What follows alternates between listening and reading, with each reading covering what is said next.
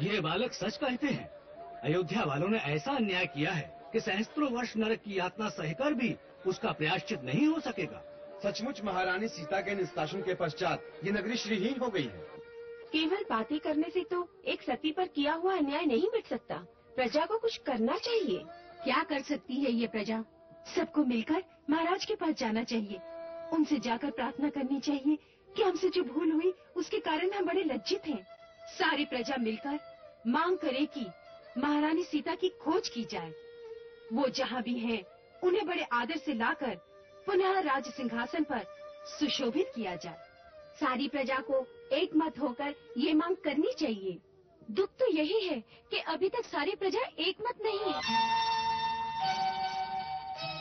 हे जनक नंदिनी, किस दशा में क्या कभी ये भी सोचा किसी ने, उस प्यारो मिथ्या लगाकर साथ सीता का छोड़ा सभी ने। प्रिय का घर छूट गया, पति का सुख लुट गया, आज बंधन फिरे सीता माई। हाय तुमको दया भी न आई।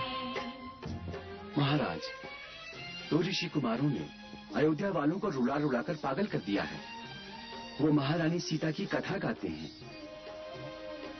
उनके स्वर में एक ऐसी मोहिनी है कि लोग चित्तवत खड़े के खड़े रह जाते हैं।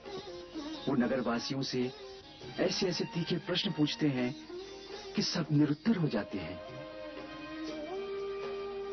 कुछ लोगों का ये मत हो रहा है कि महारानी सीता की खोज करके उन्हें आदर सहित वापस बुला लिया जाए।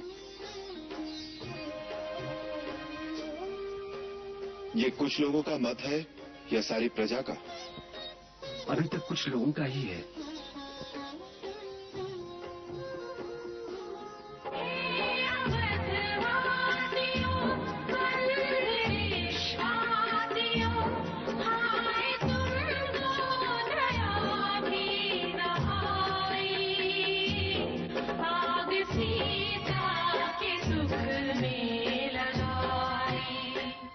क्या ये वही गीत है? जी हाँ महाराज।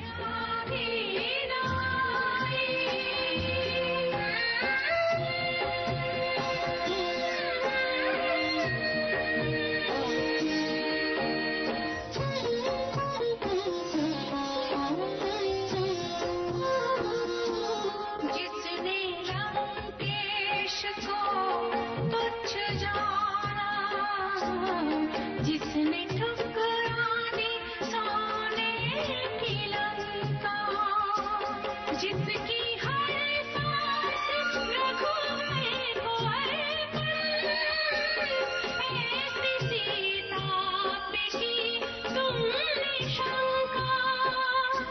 तुम वो अज्ञान हो, ऐसी संतान हो, जिसने माता भी ढूंढी बुराई, आग सीता के सुख में लगाई।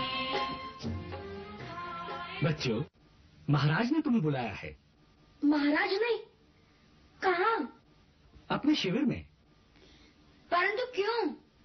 ये तो वही जाने, परंतु हो सकता है कि तुम्हारा मधुर गीत सुनने की उनकी इच्छा हो। चलिए।